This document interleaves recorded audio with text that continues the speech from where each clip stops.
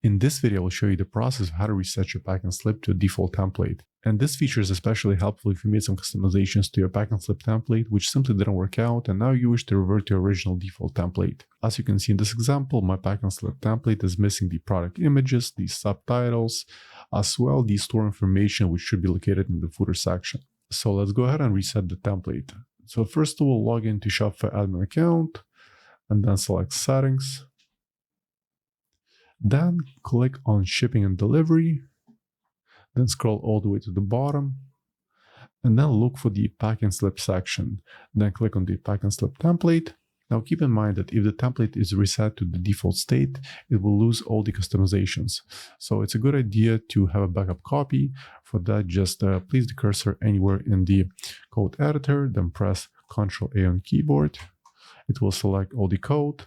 Then press Ctrl-C for copy and just paste it anywhere in the plain text document. Just like this. Now let's go ahead and reset the template. At the very bottom, look for this option, Revert to Default.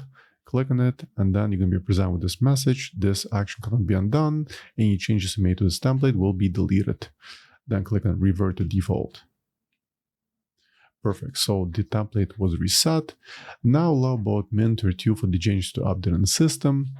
And then go to your orders. And let's open one of the existing orders. And then select print packing slips. And there it is. Here's the default template. It looks much different than my initial one, which is right here. So that's pretty much it for this video. Hope you found this tip helpful. For more Shopify tutorials, please subscribe to my channel. Thank you.